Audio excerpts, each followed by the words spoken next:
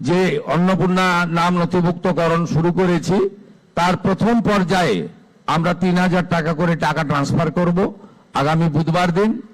আপনারা কেউ বিচলিত হবেন না।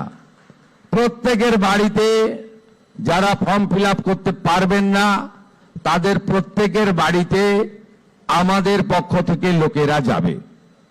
আমাদের লোকেরা গিয়ে আপনাদের ফর্ম ফিল আপ করে আনবে। এতটুকু বিচলিত হবেন না, বিভ্রান্ত হবেন না, গুজবে কান দেবেন না।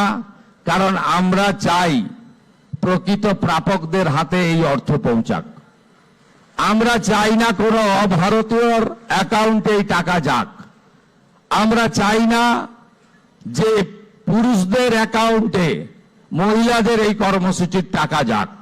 ইতিমধ্যে রাজ্যের বহু জায়গা থেকে অবৈধভাবে পুরুষরা যারা লক্ষ্মীর ভান্ডার পাচ্ছিলেন গ্রেপ্তার হয়েছেন। আপনাদের সরকারের অর্থ, এই সরকার স্বচ্ছতার সঙ্গে কাজ করবে, এই সরকার ফাইন্যান্সিয়াল ডিসিপ্লিন মেনে কাজ করবে।